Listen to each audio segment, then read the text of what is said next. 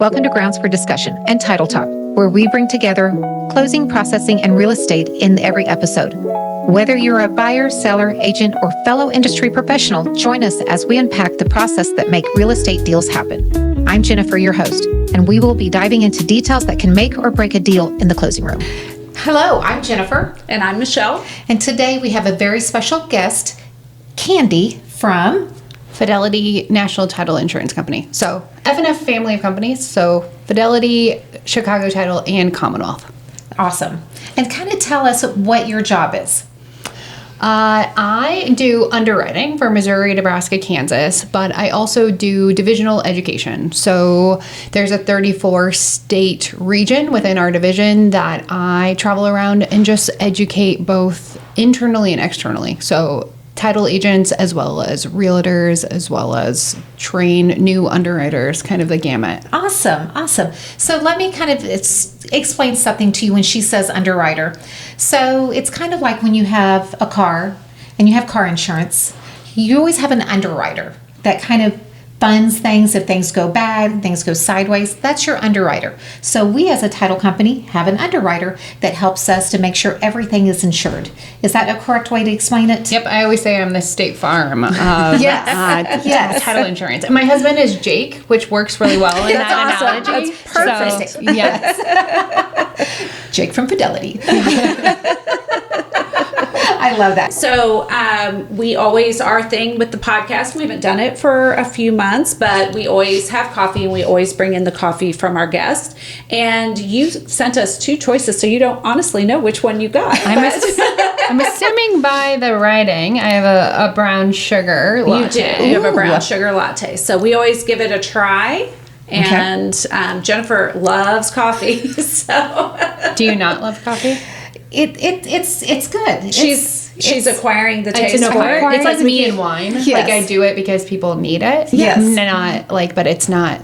It does not bring me joy. It's not your go-to. But I will tell you, your order is so much nicer than many of the orders that we get on here, which are often like a cortado or an espresso or nothing pretty and sweet in it. This is much better Yes. than I've had in the past. It's a little bit sweet. So what is it? A brown sugar latte. Oh, do you guys Without have to milk. drink with what Yes, I we drink what you I drink. didn't realize. Yes, I was we have to choosing drink for the with group. you. Yes. And it's not bad. No, it's no. very good. It has a little bit of that brown sugar. But my name's Candi, so I go for the sweet. I like that. I feel like we'll be sisters on that aspect. So we have all the questions, and one of the big questions today is, and the reason we really have you here is the first one is FinCEN. Yep. FinCEN. So it's a newer program, and kind of explain to us what FinCEN is. So FinCEN is a governmental entity created by Congress, but they created a rule called the Residential Real Estate Report that becomes effective March 1st. So any closings March 1st or after will have to fit underneath that. And it's with regard to money laundering. They're trying to figure out who out there is the Pablo Escobars of the world. And what they found is that they're doing it, or people are laundering money by buying real estate for cash. So now they're trying to catch those money launderers. But the rule itself specifically will go if you deed to your own LLC for $0. So there is no threshold. So we say cash, but it could be just a transfer from me to your LLC for no money. It does have to be residential, and then you're not going to have a lender involved or a lender with an anti-money laundering program. Gotcha. So you're saying if we get a transaction in and it's a cash purchase and the buyer is buying an LLC, this is where FinCEN kind of comes into play and we have to report it. Yep. And so If it's residential. Now, Right. if it's commercial, like you're buying duplexes or a building or something like that for more commercial, then that doesn't apply, correct? Incorrect. So Okay. actually duplexes are considered residential That's under right. their rule. So the federal government's definition of residential and our normal definition of residential are different. So apartment buildings, 4 units or less, are considered residential for these purposes. Okay. If downtown Springfield, you have a bar on floor 1, but then maybe living quarters up top, it'd be mixed use. Normally we'd consider that commercial. For this purpose, it's residential. Residential. That's good to know. Or vacant ground. if they have an intent to build on that property. So let's say a developer buys a large tract of land, they know they're going to subdivide it, that's considered residential. Where Okay. typically we consider that commercial. So when we have contracts come in, we really need to be asking, if it's just land, what's the purpose of this? And it's not that we're being nosy. We just need to know how to report this. Yep. So when we go and teach this to realtors, we let them know you need to make sure your clients are aware. But also, if you can put on your contract if it's residential or not, that Yes. helps us determine if it's reportable. Yes. So and this is something I think for Hogan has the stance of, we want to make sure that we get all the information right off the bat so we can get everything reported. So at closing, we're not holding anything up. Exactly. So we get a file, and it's somebody's buying cash LLC. We'll just make it as simple as that. And it's a house or something like that. It's a duplex. So what is our next step? There's a website, is that correct?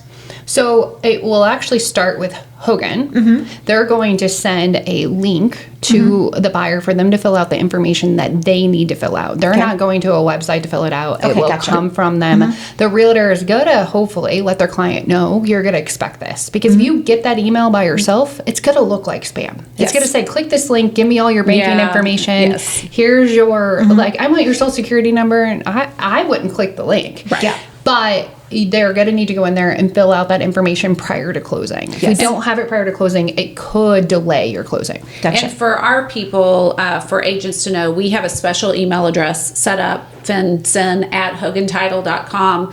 And so the initial communication is going to come from the closer. So Jennifer would email the buyer, the buyer's agent, the seller, and the seller's agent, and copy that FinCEN at Hogan Title email and let them know, hey, this is why we're going to be sending this. You're going to be getting a link. And then once that's done, then that FinCEN at Hogan Title email will send it. So, because just like you're saying, people are, that's the thing I worry about, is people are going to be so concerned about providing information. And that's one of the things where we really need agents to be educated to help their clients feel comfortable about it. And we keep saying LLC, but I do want to be clear, it's any entity or a trust.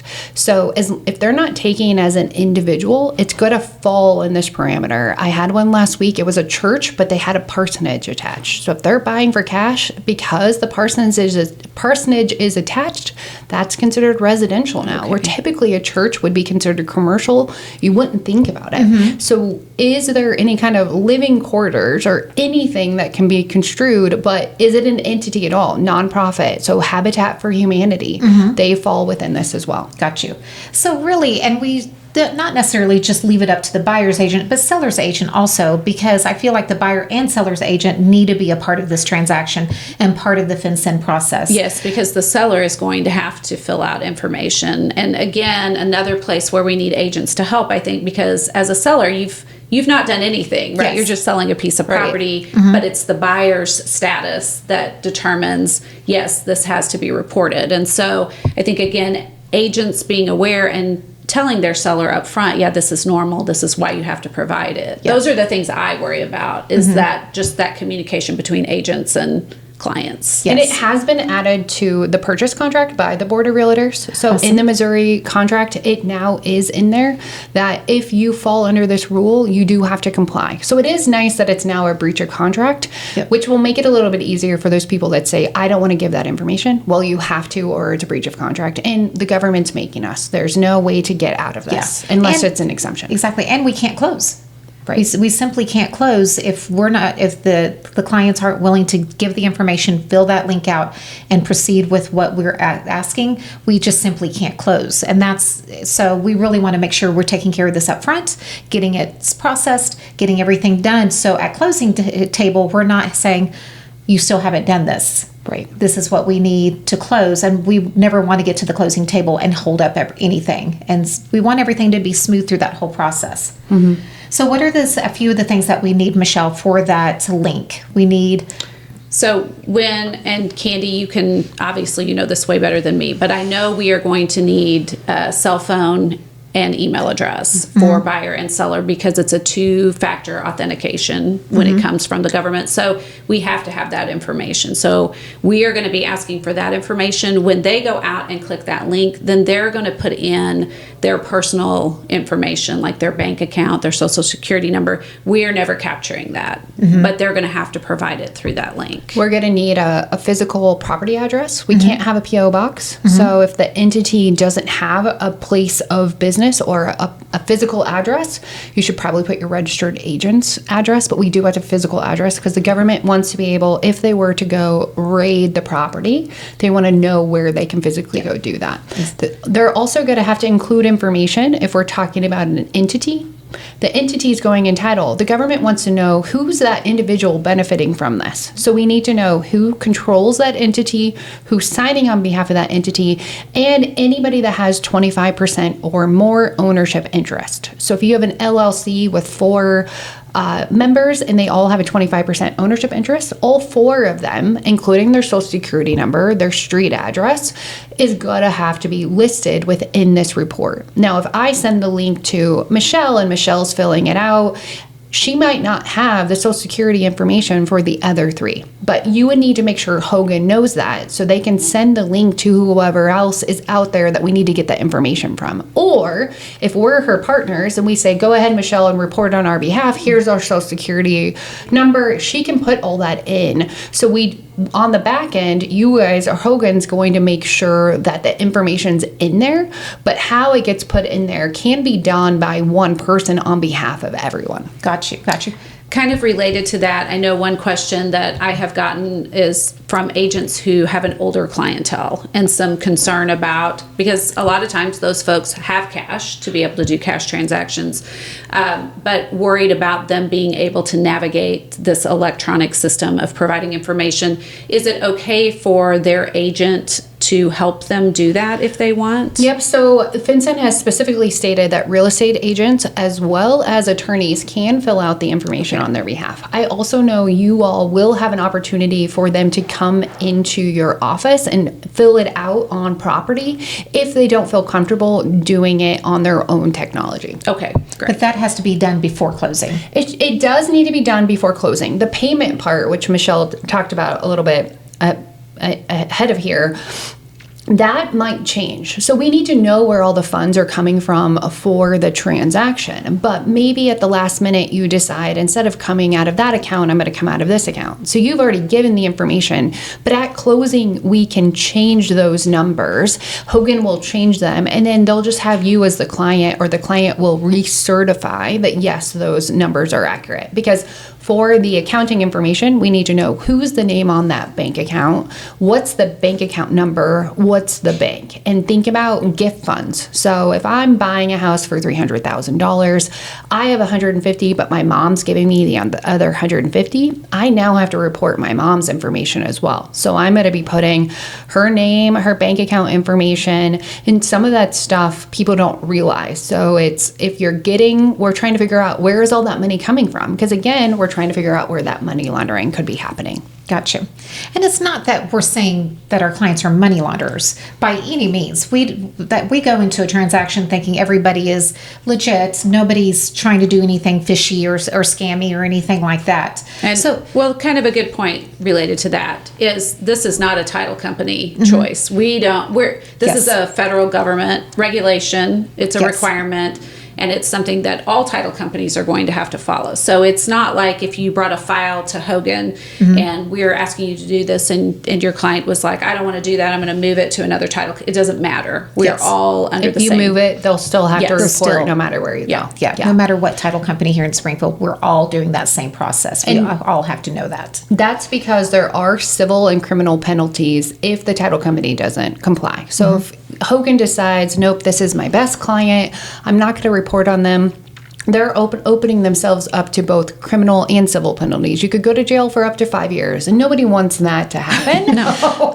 This is the first time they've instituted penalties like this, so it'll be really interesting. But if you willfully choose not to report, and you should have, it's a much larger fine. Orange is not my color. No. I mean, I don't know, like prison just isn't, I am not made for prison. You're not built for I am prison. not built for that. So I'm sorry, I'm not going to prison for your clients. It's just not my color. I'm not built for it. I'm not a big fighter. Like, no. None of the things. None of the things. None of the things. Candi, is there anything else that is speaking to agents? You're like, these are the things, like the most important thing that you need to remember when you're dealing with clients about FinCEN. It all relies to the buyer. If the buyer is an entity or a trust, so not an individual, they have to report. But if it's an individual, we don't care. If they're getting a loan from an institutional lender, so somebody who already has that anti-money laundering program, the whole point of that is that lender is already reporting on their borrower to the federal government. That's why we don't have to do it. So one way agents ask us to get out of this, go get a loan on the property, but it has to be a loan from an institutional lender and it has to be on this particular property. If you go get a loan on a different property and use that cash to buy this, we're going to need the reporting to be done.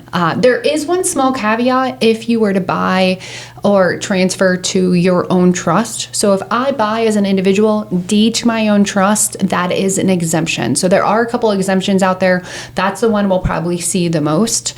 And then the other thing would be courtesy recording. So if your individual or if your client decides to buy in their LLC and then they're going to deed to another LLC before they start building, anytime there's a transfer, anytime there's a deed, that's reportable. So we're going to have to do a report each time.